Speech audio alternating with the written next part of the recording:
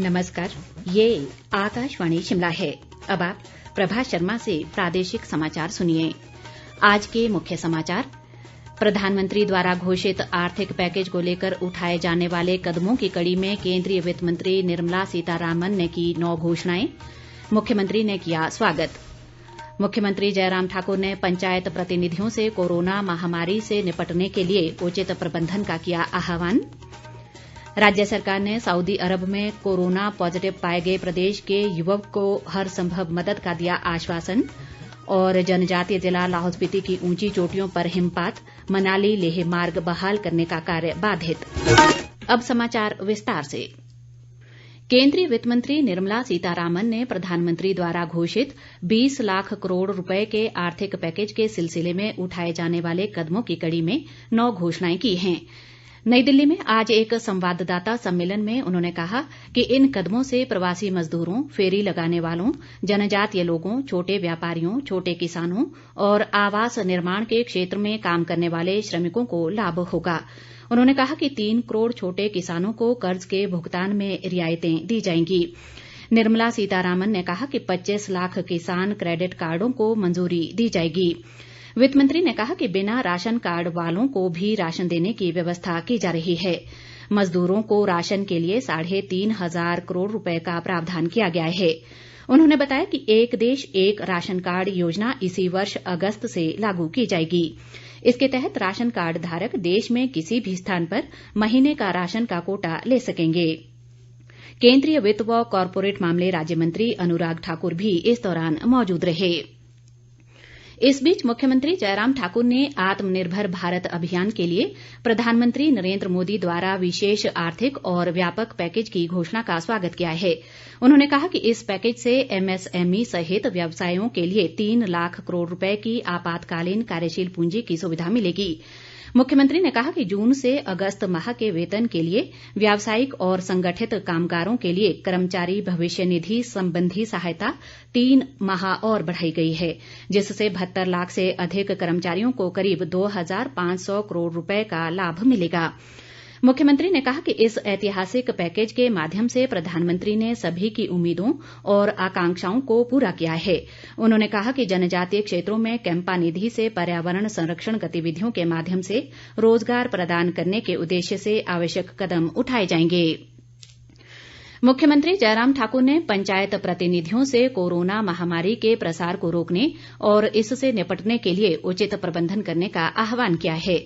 वे आज शिमला में कुल्लू और मंडी जिलों के पंचायत प्रतिनिधियों से वीडियो कॉन्फ्रेंसिंग के माध्यम से बातचीत में बोल रहे थे।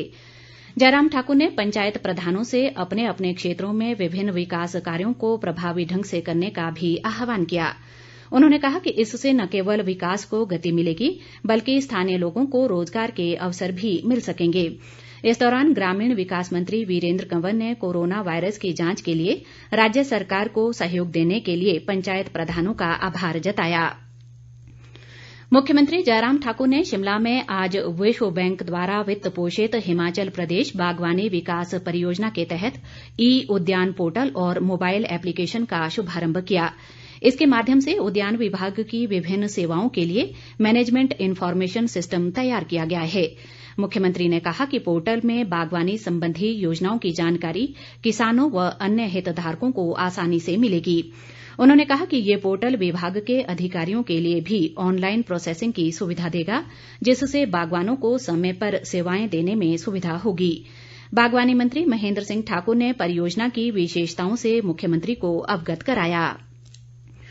उद्योग मंत्री बिक्रम ठाकुर ने कहा है कि केंद्र सरकार द्वारा सूक्ष्म, लघु व मध्यम उद्यम के लिए की गई घोषणाओं से प्रदेश को काफी लाभ होगा और औद्योगिक उत्पादन भी बढ़ेगा।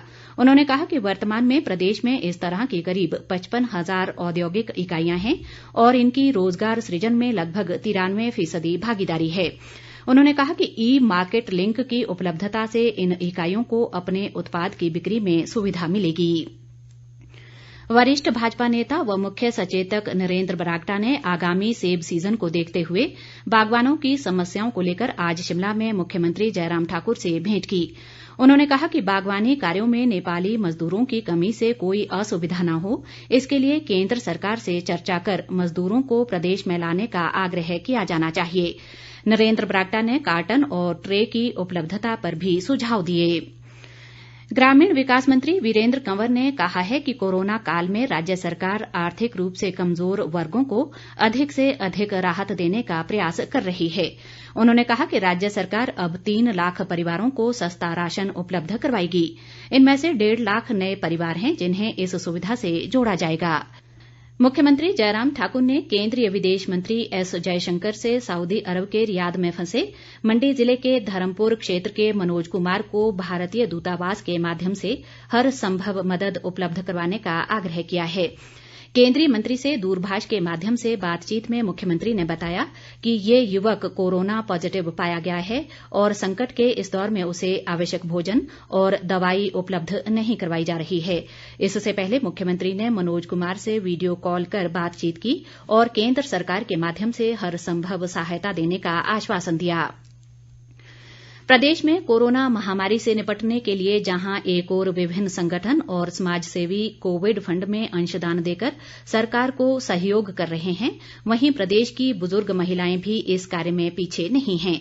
मंडी जिले की बुजुर्ग महिलाओं ने एक धार्मिक आयोजन करवाने के लिए एकत्रित की गई 1,01,000 रुपए की राशि कोविड फंड में दान कर मानव धर्म की मिसाल पेश की है। अधिक ब्यौरा हमारे विशेष संवाददाता से।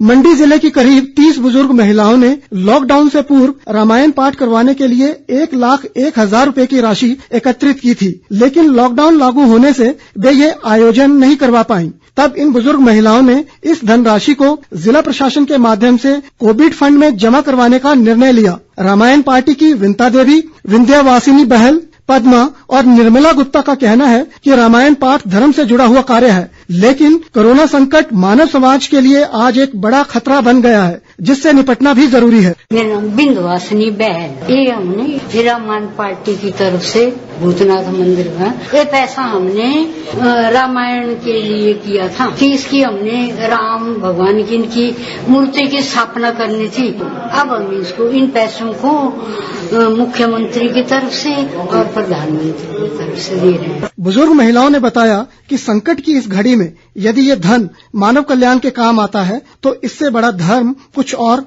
हो ही नहीं सकता। मंडी से मुनीश सूद के साथ रितेश कपूर, आकाशवाणी समाचार, शिमला।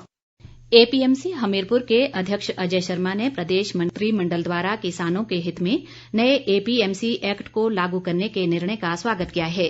इस फैसले से किसानों को अपने उत्पाद सीधे मंडियों में बेचने की उचित सुविधा मिल सकेगी और किसानों की आर्थिकी सुदृढ़ होगी। उन्होंने कहा कि प्रधानमंत्री द्वारा आर्थिक पैकेज का ऐलान भारत के युवा वर्ग के लिए वरदान सिद्ध होगा। प्रदेश में कोरोना की जांच के लिए आज 1,068 लोगों के सैंपल लिए गए, जिनमें से 209 की रिपोर्ट नेगेटिव आई है और 859 लोगों की रिपोर्ट आना अभी बाकी है। राज्य में अब तक 70 लोगों में कोरोना संक्रमण की पुष्टि हुई है, जिनमें से 29 मरीज अस्पतालों में उपचाराधीन हैं। प्रदेश में कोरोना संक्रमण के आज सिरमौर जिले के पांवटा साहिब से 2 जबकि कांगड़ा जिले से 1 नया मामला सामने आया है। प्रदेश की ऊंची चोटियों पर आज दिन के समय हल्का हिमपात और निचले इलाकों में कुछ स्थानों पर वर्षा हुई है। हमारे लाहौल स्पीति जिला संवाददाता कुंदन लाल के अनुसार जिले के ऊंचाई वाले इलाकों में हुए हिमपात से मनाली लेह मार्ग को बहाल करने का कार्य प्रभावित हुआ है। इसके अलावा बर्फबारी से बारालाचा दर्रे में भी बर्फ हटाने का कार्य बाधित हुआ है। इसी तरह चंबा, बिलासपुर, मंडी, हमीरपुर और कांगड़ा जिलों के कुछ स्थानों पर तेज हवाओं के साथ वर्षा का भी समाचार है। मौसम के इस बदले मिजाज से तापमान में गिरावट आई है। मौसम विभाग ने अगले 24 घंटों में भी कुछ स्थानों पर वर्षा जबकि ऊंची चोटियों पर हिमपात की संभावना जताई है। लॉकडाउन के चलते गोवा में फंसे हिमाचल के लोगों को लेकर एक विशेष रेलगाड़ी कल ऊना पहुंचेगी। उपायुक्त संदीप कुमार ने बताया कि सभी लोगों को प्रारंभिक स्वास्थ्य जांच के बाद पथ परिवहन निगम की बसों के माध्यम से विभिन्न जिलों में उनके गंतव्य के लिए रवाना किया जाएगा। अंत में मुख्य समाचार एक बार फिर। प्रधानमंत्री द्वारा घोषित आर्थिक पैकेज को लेकर उठाए जाने वाले कदमों की कड़ी में केंद्रीय वित्त मंत्री निर्मला सीतारामन ने की 9 घोषणाएं, मुख्यमंत्री ने किया स्वागत। मुख्यमंत्री जयराम ठाकुर ने पंचायत प्रतिनिधियों से कोरोना महामारी से निपटने के लिए उचित प्रबंधन का किया आह्वान। राज्य सरकार ने सऊदी अरब में कोरोना पॉजिटिव पाए गए प्रदेश के युवक को हर संभव मदद का दिया आश्वासन। और जनजातीय जिला लाहौल स्पीति की ऊंची चोटियों पर हिमपात, मनाली लेह मार्ग बहाल करने का कार्य बाधित। इसके साथ ही ये समाचार बुलेटिन समाप्त हुआ। नमस्कार।